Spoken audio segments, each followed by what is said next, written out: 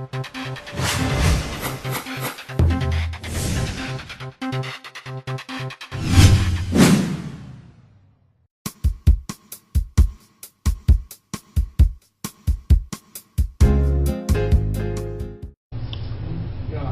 bien, maestro, muchas gracias por recibirnos. Vamos a comenzar con la primera pregunta.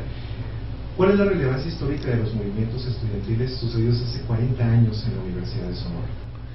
Bueno, de manera general, desde finales de los 60s y los principios de los 70s hubo una gran participación estudiantil en la política dentro de la universidad. Hubo dos grandes movimientos, por decirlo así, que son diferentes tanto en el tiempo como entre los objetivos y toda su dinámica. Uno fue el movimiento de 1967, que hoy podemos decir fue el movimiento social más importante de la segunda mitad del siglo XX, que fue un movimiento que comenzó por la lucha por el poder, pero que terminó movilizando a la población de Sonora entera por uno u otro bando. Por el bando de los que se pretendían cambiar de alguna manera, democratizar el sistema político, pues llegaron a paralizar no solo la universidad, sino las preparatorias, incluso preparatorias privadas como la del Regis, secundarias, y los padres de familia tomaban las propias primarias. Ese movimiento pues terminó con el ejército entrando a la universidad. Ese movimiento es un antecedente del 68, es directamente del 67 en Sonora, se salta al 68 en el Distrito Federal, y los objetivos son más o menos los mismos: democratizar la vida política del país. En el caso de la Universidad de Sonora, a partir de 1970, se comenzó a construir un movimiento estudiantil, y subrayo construir porque ha sido el único movimiento estudiantil de la universidad, incluyendo el del 50-53, el 91-92, que no fue como respuesta a, normalmente es una acción de la autoridad que no le gusta al estudiante y reacciona, ¿no? Este fue un movimiento construido. Se construyó mucho ese movimiento sobre una idea muy en boga en ese tiempo. Todo el mundo hablaba entonces de reforma universitaria. Desde Luis Echeverría, el presidente de la República, que traía su proyecto de universidad, todo el mundo. También los estudiantes de la Universidad de Sonora comenzaron a hablar de reforma universitaria. El problema que estaba en el fondo es que estaba llegando a la universidad el proceso que le llaman masificación de la educación. Entonces, las viejas estructuras estaban haciendo crisis. Entonces, un grupo de estudiantes que estaban en la Federación de Estudiantes de la Universidad de Sonora retomó un proyecto que andaba a nivel nacional por parte de la CENEG, de la Confederación Nacional de Estudiantes Democráticos, que tuvieron una reunión un año antes en Sinaloa y otra reunión después aquí en Hermosillo, y ellos plantearon un proyecto que le llamaban por una universidad democrática, crítica, científica y popular. Democrática pues implicaba democratizar internamente la universidad. Incluso es bien curioso porque si bien el planteamiento de la CENED, si bien la CENED era parte, digamos, del Partido Comunista, no era un planteamiento de toma de poder ni revolucionario. En realidad lo único que planteaba era que se podía democratizar la vida interna de la universidad y que había que hacerlo, y que al mismo tiempo tenía que ser una universidad crítica, que no solo tenía que ser una universidad reproductora de la ideología dominante y complaciente en el poder, sino también saber criticar, ¿no? Democrática, crítica, científica, pues es una reiteración, de alguna manera, del mismo espíritu, y popular. Digamos, fue una generación que se comenzó a preocupar de los aspectos sociales. Finalmente, ese movimiento, incluso esa es una de las características, no solo comenzó a plantearse la democratización de la universidad, sino terminó también cuestionando el estado de cosas, ¿no? Integró, por ejemplo, el marxismo en la universidad, porque fue un fenómeno de aquí propio de aquí, pero también internacional. En todas partes ocurrió más o menos lo mismo. Entonces, ese movimiento por la democratización también conllevaba una idea de parte de los estudiantes de lo que le llamaban el cogobierno, que los estudiantes pues no solo deberían de ser agentes pasivos en el devenir de la universidad, sino que tenían la capacidad como para incidir y la responsabilidad como para gobernar la universidad. Bueno, digamos, se creó ese movimiento durante, digamos, 3 años y desembocó en el 73. Lo que hoy estamos recordando es el desenlace de ese movimiento, el año de 1973, que es el año Cuba. Ese año, finalmente salió un proyecto de ley de una comisión mixta, mitad estudiante, mitad maestro, que había trabajado más de 1 año y medio, que había hecho 3 anteproyectos y lo había discutido con la comunidad. En marzo lo presenta al Consejo Universitario. Como el rector lo trata de retrasar y trata de llevar un movimiento, y cae el doctor Federico Sotelo. Se nombra a Castellanos Idiáquez, que va a ser rector. Castellanos Idiáquez es nombrado rector 4 meses antes de cumplir 70 años, cuando, según la ley vigente entonces, ya no podía ser rector después de los 70 años. Entró como disque por transición y resultó que se quedó 9 años. Finalmente entró, se discutió en el Consejo de la ley pasó al Congreso y vino como cambiada. Digamos, mi opinión es que no había cambios sustanciales, pero no eran definitivos. Había algo de origen de nuestro proyecto. Y entonces se impuso la ley.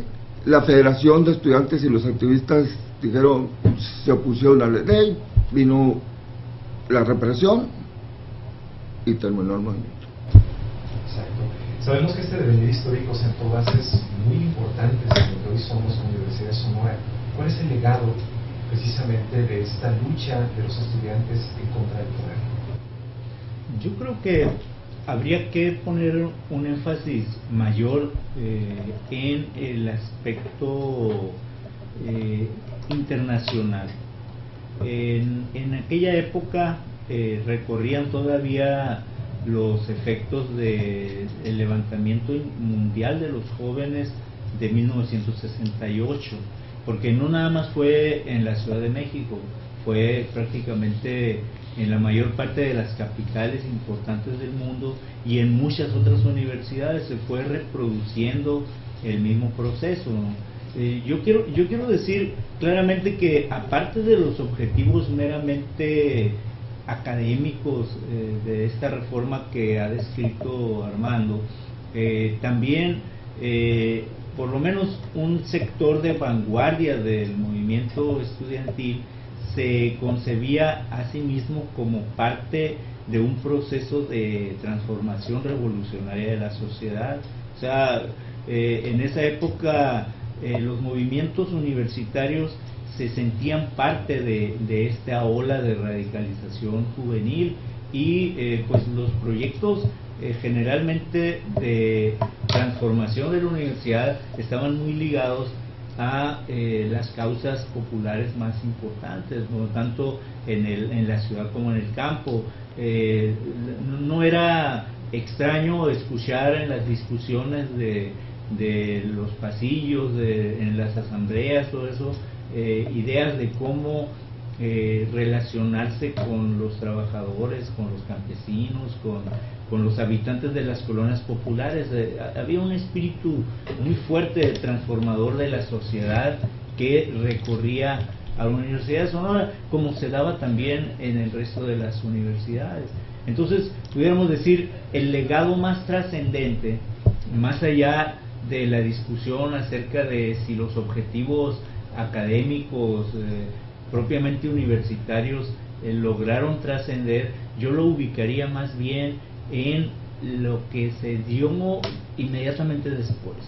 O sea, donde quiera que surgían movimientos populares, estuvieron, por ejemplo, las invasiones de tierra en el sur del estado, podíamos encontrar a jóvenes que habían participado en el movimiento estudiantil compartiendo con los campesinos inclusive los peligros de la lucha, ¿no? De estar ahí en las tomas de tierra, de participar en los procesos, intentos de sindicalización en las maquiladoras del norte del estado, con los mineros de Nacosari, con los mineros de Cananea, o sea, con los ferrocarrileros de Empalme. O sea, prácticamente no había sector en donde se diera algún proceso de movilizaciones donde no distinguiéramos a estudiantes o activistas, como gustábamos denominarnos en ese tiempo,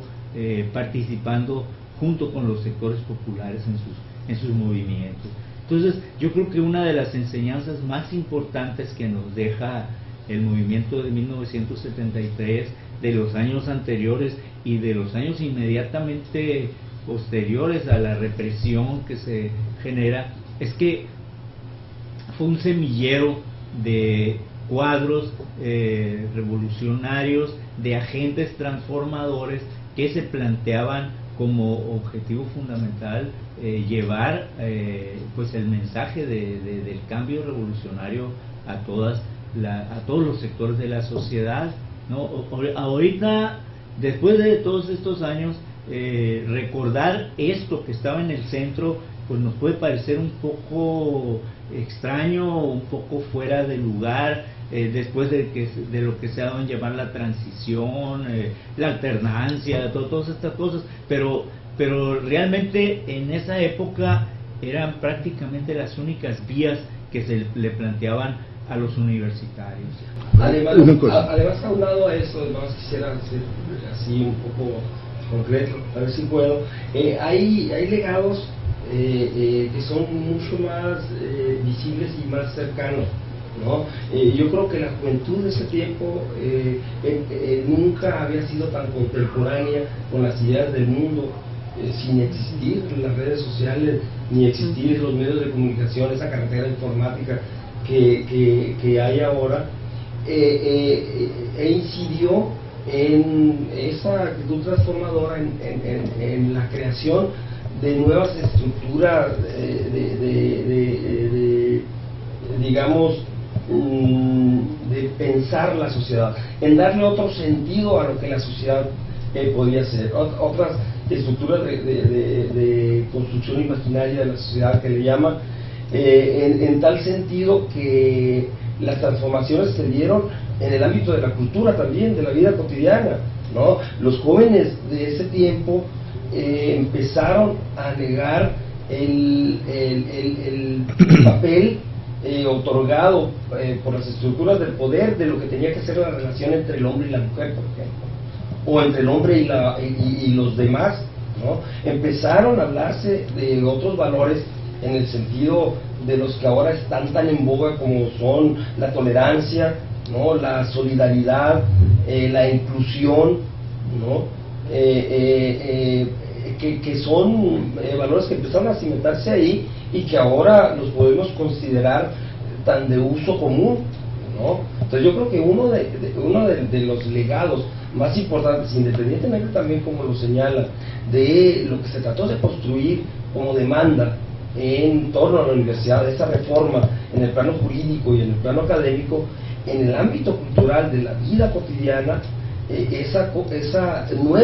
el nuevo sentido, ese nuevo modelo que se construye a partir de la negación del otro y que permea en lo que es la moralidad y lo que es la manera de comportarse, de ser joven, ¿no? Antes del 73 sonorense, el ser joven significaba acelerar el paso para ser adulto, ¿no? En cambio, ese ludismo, esa prolongación de un estado de creación, de no osificación, ¿no? Surge a partir de las ideas que se discutían en el 73. Mira, yo por ahí también veo que es sí, importante. Yo comencé diciendo lo de la reforma académica porque en realidad fue un movimiento que, con esas consecuencias que ellos dicen, fue un movimiento por la reforma universitaria. O sea, a mí me tocó, de alguna manera, desde el principio fui de los primeros activistas, y en realidad fue bien curioso cómo nos pusimos de acuerdo, por ejemplo, en lo que estábamos haciendo. Y fue una combinación de ideas en donde por una parte estaba lo de la Universidad Democrática Crítica, Científica y Popular, la influencia de Revuelta sobre la idea de la autogestión, que fue determinante, ¿no? Y la idea que nos llegó de los maoístas en dos documentos que se han perdido, que nadie los ha podido recuperar, que se llama uno Línea de Masas y otro Línea Política, donde ahí claramente el grupo que se llamaba los activistas perfiló el horizonte estratégico de lo que estaba construyendo. Es cierto, por ejemplo, al calor de eso aparecieron, por ejemplo, por primera vez las mujeres como fenómeno, ¿no?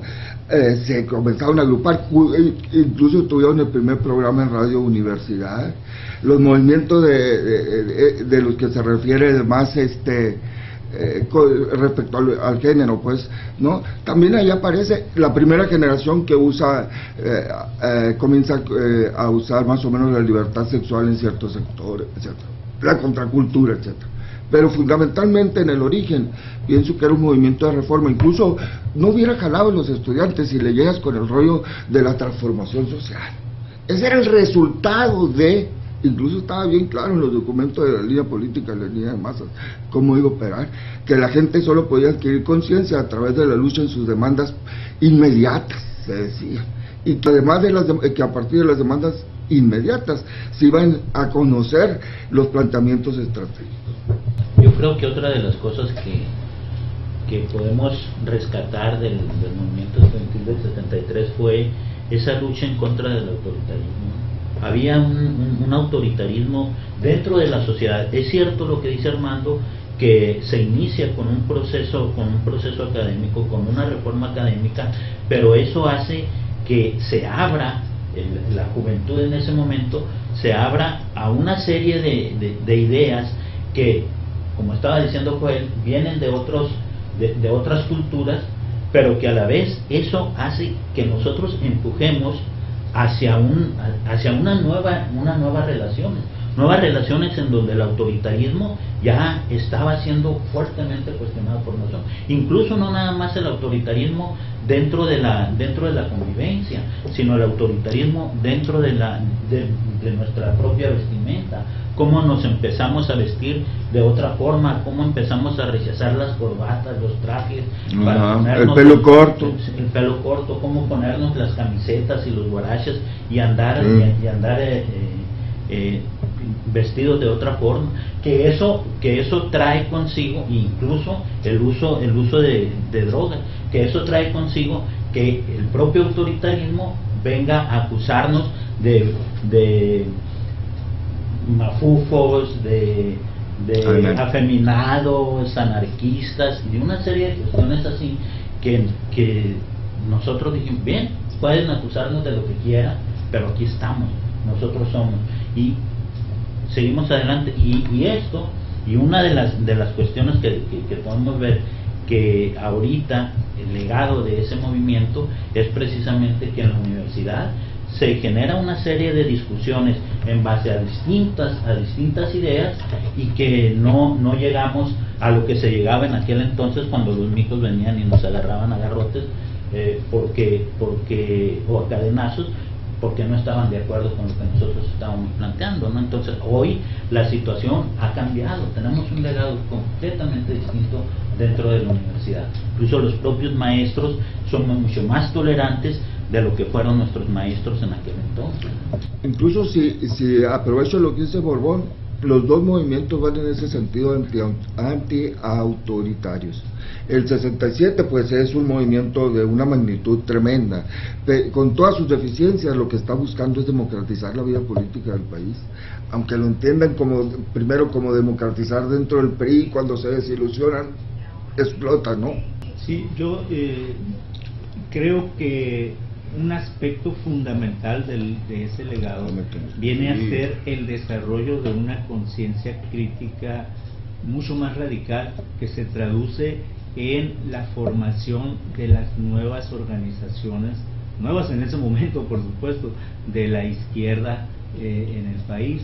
O sea, surgen, por ejemplo, de la corriente trotskista, que llegó a tener mucha más influencia en la Universidad de Sonora que en otras partes del país. Surge lo que después sería el proyecto del Partido Revolucionario de los Trabajadores, y que en Sonora llegó a tener un desarrollo sumamente importante. Surge también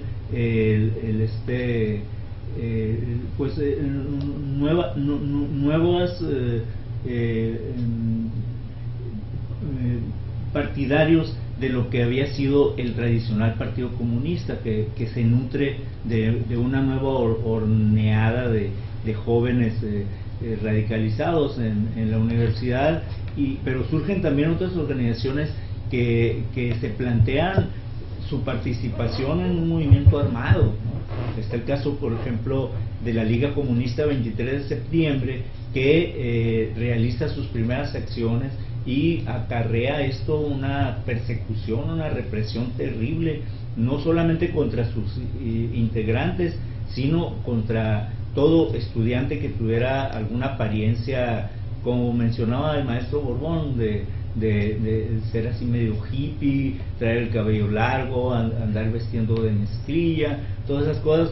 Se desata una represión terrible. De hecho, hay una situación de salir hacia el centro del país, sobre todo hacia la Ciudad de México. Algunos otros se van a otro país, a Estados Unidos, a Europa, a proseguir sus estudios, pero la Universidad de Sonora sufre una sangría muy importante de sus hijos de esa época, y la universidad entra en el periodo más negro, yo creo, y decadente de su historia, en este periodo que se dio en llamar el castellanato. Correcto. Sí, precisamente bajo estas consideraciones, platiquemos entonces de los objetivos y la justificación de este foro, una mirada a 40 años del movimiento estudiantil de 1973, si son tan amables. Bueno, sí me quisiera, antes de comentar cuál es el objetivo central del evento, creo que lo quiero expresar. Quien se inspira en empezar como a convocar, a reunir a un grupo de profesores para empezar a hablar de la idea de un evento, quien se inspira en esto es Armando Moreno Soto. Y lo quiero decir porque creo que a él le podemos deber en este momento toda la idea que él empezó a trabajar y que luego se empezó a acercar. Me acuerdo, la primera reunión fue el 3 de febrero de este año, estuvimos Joel, Armando y yo por ahí sentados, y ahí empezó la idea, pero él llegó y nos invitó y luego se fue ampliando el grupo. Y bueno, lo que él decía era cómo recuperar un hecho histórico de la Universidad de Sonora, y que en este momento para la universidad sería precisamente este evento un legado, ¿sí? Dejarle algo que dé cuenta a nivel de una evidencia, que dé cuenta de todo ese proceso, sí, que se generó durante el movimiento estudiantil de 1973. Bajo esa perspectiva de su inspiración, empezamos a convocarnos, a integrarnos, y bueno, formamos un comité organizador que creo que ahí el mismo proceso nos fue llevando a ir delimitando responsabilidades y todo para adelante con mucho interés, porque estamos convencidos que esto tiene que seguir en la historia para las nuevas generaciones, no solo de estudiantes de la universidad, sino para la sociedad en general. Y entonces todo este proceso llevó a concretar que el objetivo central del evento tuviera como propósito poder convocar por un lado a los protagonistas y no protagonistas también, para poder abrir todo un espacio de reflexión, de análisis, de discusión y debate precisamente del movimiento estudiantil de 1973. Y bueno, de ahí ese es el objetivo central, de ahí se derivan otros objetivos que tienen que ver ya con resultados, editar una memoria, que después se hablará de ello. A raíz de este gran objetivo de la participación fundamentalmente como los protagonistas, los actores principales de este proceso y no protagonistas, pero que en otros momentos han tenido experiencias de participación en movimientos estudiantiles, se derivaron en nuestra convocatoria 11 ejes temáticos, ejes muy interesantes que por un lado algunos tienen que ver con cuestiones relacionadas a la ley, a las reformas, al arte, la cultura, la contracultura y los medios de comunicación, lo que tiene que ver con participación estudiantil de hoy y del ayer, lo que tiene que ver con el movimiento estudiantil y la gestación del feminismo en Sonora, cómo empezamos en los 70s, que éramos estudiantes, ¿sí? Mal y yo de la misma carrera en esos años, justo en 1973, cómo empezó la participación de las mujeres estudiantes universitarias, ¿no? Entonces, es un evento que se nutre de una gran perspectiva de quien en él estamos participando y que creemos que ha trascendido la convocatoria en virtud de que han respondido de manera abierta algunos de esos protagonistas centrales que estarán con nosotros la próxima semana. También decir que el evento queremos que llegue a la población estudiantil, queremos que estén los estudiantes del hoy, los estudiantes del aquí y del ahora, porque esto seguramente podrá ser una gran lección, una gran enseñanza para estos nuevos jóvenes que, como lo decía el maestro Borbón, están viviendo un proceso de la vida cotidiana universitaria totalmente distinto. En todos los sentidos el proceso ha sido diferente, ¿sí?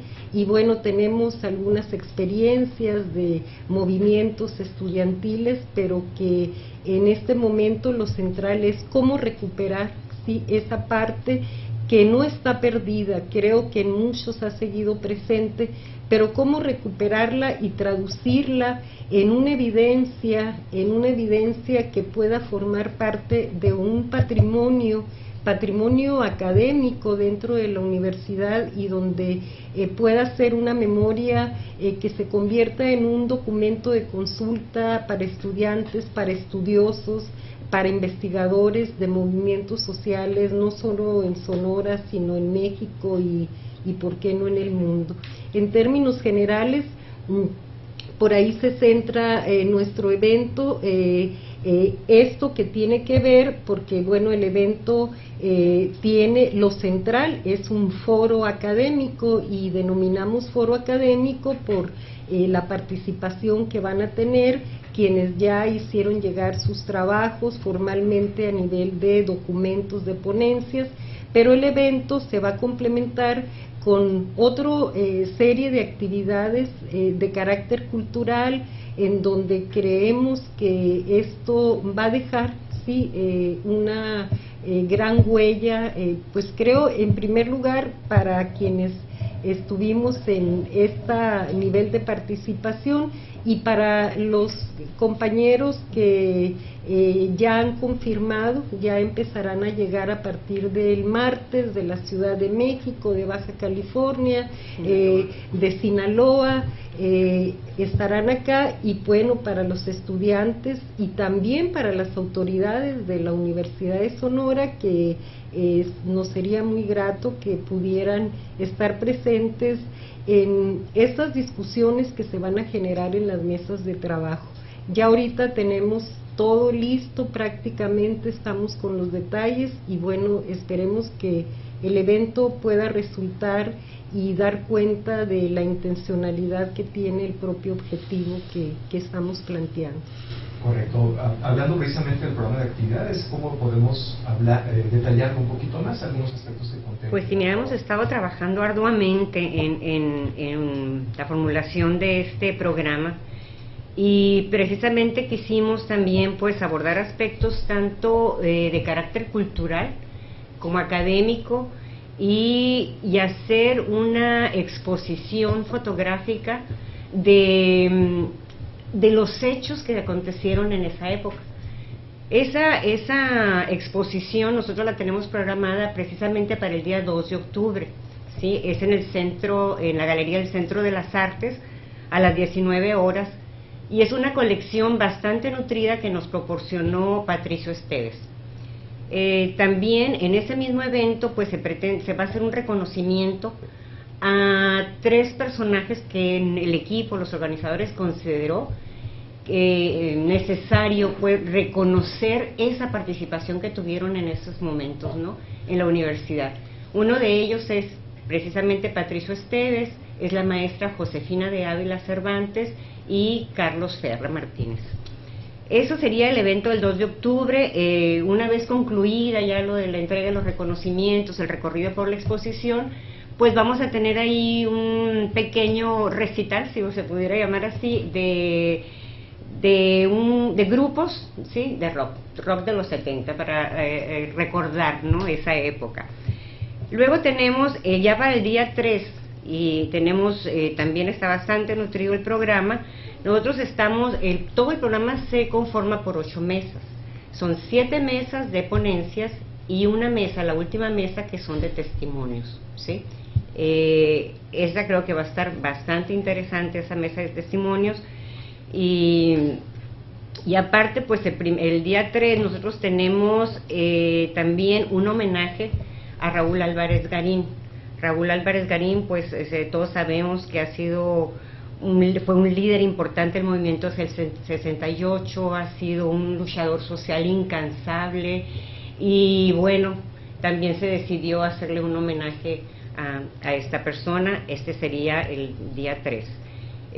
Además, bueno, que también a la madre de Raúl Álvarez Garín, pues yo creo que esta universidad le debe mucho, y la sociedad sonorense, ¿no?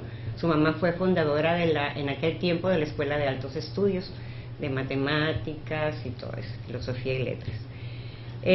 Luego, ese mismo día tenemos la presentación de un libro del maestro Joel Verdugo, que se intitula El Movimiento Estudiantil en la Universidad de Sonora 1970-1973, y este es un enfoque sociohistórico a partir de la historia oral. Está muy interesante, hace una serie de entrevistas a personas que participaron en ese movimiento. Algunos de ellos ya no están, ¿no, maestro? También tenemos aquí otra conferencia magistral de Carlos Serra Martínez, y ese mismo día, en el Teatro Emiliano de Subeldía, hay un montaje escénico multidisciplinario, así se le ha denominado, que es un testimonio de 1973 de Luis Rey Moreno Gil. Es un evento que todo el mundo tenemos muchas expectativas sobre él, nos han comentado por quienes están oyendo los ensayos que es muy interesante, hemos estado más o menos revisando el guión, y bueno, él hace como precisamente, ¿no?, una recreación de lo que fue que fueron aquellos momentos. Y para el día 4 pues ya tenemos también pues las mesas de trabajo y los testimonios. En general ese sería ya como el programa así definitivo. Decíamos pues son alrededor de 20 participantes, 20 ponentes, y además, bueno, las personas que van a participar ya con sus testimonios oral, de manera oral. Voy a cambiar una pregunta, porque creo que ya la contestaron, que la respuesta, el eco ha sido importante por parte de quien ha vivido estos momentos de lucha estudiantil. ¿Qué significa para ustedes este reencuentro generacional? Seguramente habrá personas que hace 40 años, que hace 30 años, incluso va a haber un momento en el que a lo mejor no se van a reconocer físicamente, pero sí ideológicamente. ¿Qué va a representar para ustedes esta amistad? No, yo creo que a veces no ideológicamente, o sea, ya como generación es muy variado los destinos, ¿no? O sea, hay de todo. Hasta te sorprende algunos casos verdaderamente el cambio, ¿no? Pero mucho es la amistad, el recuerdo, la buena vibra que tiene uno con los amigos y las amigas, ¿no? Eso sí, eso queda. A veces mejor ya ni platicamos de política, nomás de los recuerdos de lo que pasó. Capaz de que las divergencias son mayores. Si bien es cierto que es un evento pretendido y lo es académico, en el sentido de preservar documentos que son creados por los mismos protagonistas, tanto documentos escritos como documentos gráficos, y engrandecer ese archivo de la memoria, ¿no? O la importancia intrínseca que tiene. También este evento está movido por la nostalgia, ¿no? También hay un interés de, así como tú lo comentas, pues, ¿no? De volvernos a ver, ¿no? Obviamente yo era un chaval en ese tiempo, ¿no? Perdón, ahorita nos llaman el grupo de los cuarentones. Está bien, ¿que no? Sí. También es importante para nosotros eso, pues, la nostalgia. Estamos motivados por la nostalgia. O sea, pretendemos que no sea una punta de generación o de generación, pues, como se hace en las secundarias y las preparatorias. Pero muchos elementos de eso son rescatables en cuanto a la convivencia. No pasa nada, ¿no? Estamos muy cuidadosos de que sea un evento académico, netamente académico, pues, producido por profesores de la Universidad de Sonora y con el respaldo de la Universidad de Sonora y con objetivos muy claros que tienen que ver mucho en la construcción de ese archivo de la palabra y archivo de la imagen y esa construcción del archivo de la memoria, engrandecer la memoria colectiva. Pero también tu pregunta se me hace muy certera, pues también está movido por la nostalgia. Sí. De hecho, el último día, el día 4, una vez que concluya todo, vamos a concluir, sabemos muy agotadas y agotados por todo lo que implicó el proceso de organización y todo, tú conoces muy bien de estas cosas. Por la noche tendremos pues una cena, que es una cena, pues yo creo que sí rompe los esquemas de esas cenas formales de una clausura. Va a ser en un lugar muy popular, pero es una cena precisamente, cenar y convivir, o sea que se abre el espacio de la convivencia, porque seguramente en el evento nos va a absorber, y así está en el programa, muchas horas el foro académico, que el foro es la participación de los ponentes y todo lo que implica el registro de las minutas y todo este tipo de cuestiones muy técnicas. Pero el día 4 tendremos nuestra cena, y yo le decía a Mali, quizás si nos toque a bailar por ahí con alguno de los con los que bailamos hace justo 40 años cuando éramos estudiantes, ¿no? En aquel tiempo que no era licenciatura, de la Escuela de Trabajo Social. Entonces seguramente esta cena, que será de convivencia, pues también va a ser de mucha nostalgia por ese reencuentro, ¿sí? No creo que de romanticismo, pero sí de nostalgia, ¿no? Sí. Bueno. Muchas gracias, maestro. Ya para terminar, quisiera, retomando las palabras del maestro Joel, el testimonio, el registro para la memoria colectiva es importantísimo, el derecho de trascender, incidir un poquito más en la memoria del foro y cómo se está organizando, qué alcances va a tener este documento. Pues bien, lo que pretendemos nosotros desde un principio, lo teníamos claro, era el allegarnos de documentos, ¿no? Documentos de texto, escritos, pero también documentos visuales, ¿no? Las imágenes fotográficas, y también documentos auditivos, ¿no? El grabar las conversaciones y los relatos que se platican, ¿no? Y bueno, todo eso conformando un acervo clasificado, organizado desde los parámetros de la archivística, y donarlo, ofrecerlo al archivo de la Universidad de Sonora para que esté al servicio, a la posibilidad de cualquier gente, lego o doctor, o sea, cualquier gente que quiera ir y ver los volantes, los impresos de aquel tiempo, el ver las actas de consejo, el ver las actas judiciales, el incluso ver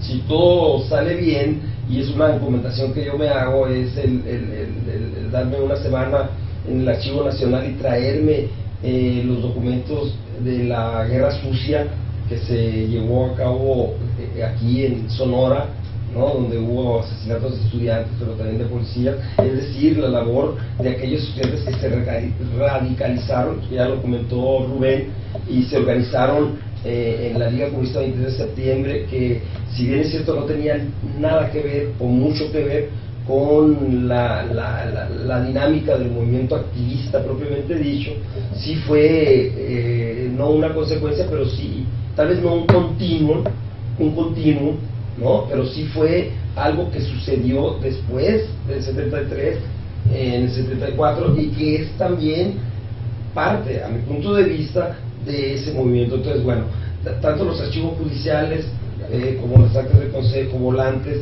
como las fotografías, o sea, también con esto pretendemos nosotros de alguna manera meter a la imagen fotográfica con su capacidad de documento, es decir, tarde que temprano estamos aprendiendo a leer la imagen, a ver la imagen como documento, un soporte con información del cual podamos extraer y formular un discurso histórico a partir de la utilización de la imagen como fuente, digamos, frontal, primaria, ¿no? Pero también triangular con las fuentes escritas, con aquellos esfuerzos de síntesis que hacemos los que nos dedicamos al estudio de eso, pero también los protagonistas, sobre todo, es decir, las entrevistas que se han logrado. Bueno, todo esto, conjuntarlo, bueno, parte de esto sería la memoria formal, con los requisitos que debe de tener impresa, tal vez en un disco o a lo mejor en papel, de este tipo de documentos, sobre todo las ponencias escritas, los testimonios. Entonces, nada más resumo, todo esto con la intención de conformar un gran archivo de la memoria que vaya en el sentido, pues, de favorecer el que tengamos nosotros memoria, ¿no? O sea, al parecer es un lugar común el decir que una comunidad, un pueblo sin memoria, es una comunidad que rega como ciego, o que vaga como ciego en un túnel sin luz al fondo. La memoria, ¿no? El entender el pasado de alguna manera nos hace comprender mejor el presente para constituir la esperanza como nuestro camino al futuro, ¿no? Tener esperanzas de que puede ser un futuro mejor. Entonces eso yo lo consideramos muy importante y hacia allá va encaminada la creación de ese archivo. Bueno, maestro, sí, algo más. Yo nada más aquí sí quisiera, porque disculpen, y disculpa Rubén Duarte porque omití, no sé por qué razón, pero el día 4 también tenemos la presentación de otro libro que es Días de Fuego y el autor es Rubén Duarte Rodríguez. La presentación va a ser el día 4 a las 12 del día. Una disculpa. Correcto, muy bien. Yo creo que con esto cerramos, ¿verdad, César? Sí. Muy bien, perfecto, maestro, pues muchas gracias. No, gracias a usted. Y un último invitación a la comunidad, no solo universitaria, sino a aquellos que estuvieron en aquellos momentos, no solo activistas, se nutría el movimiento, pues está presente tanto en los eventos musicales como en el foro, como en la exposición de fotos, en todo lo que se está organizando, que aquí platicamos.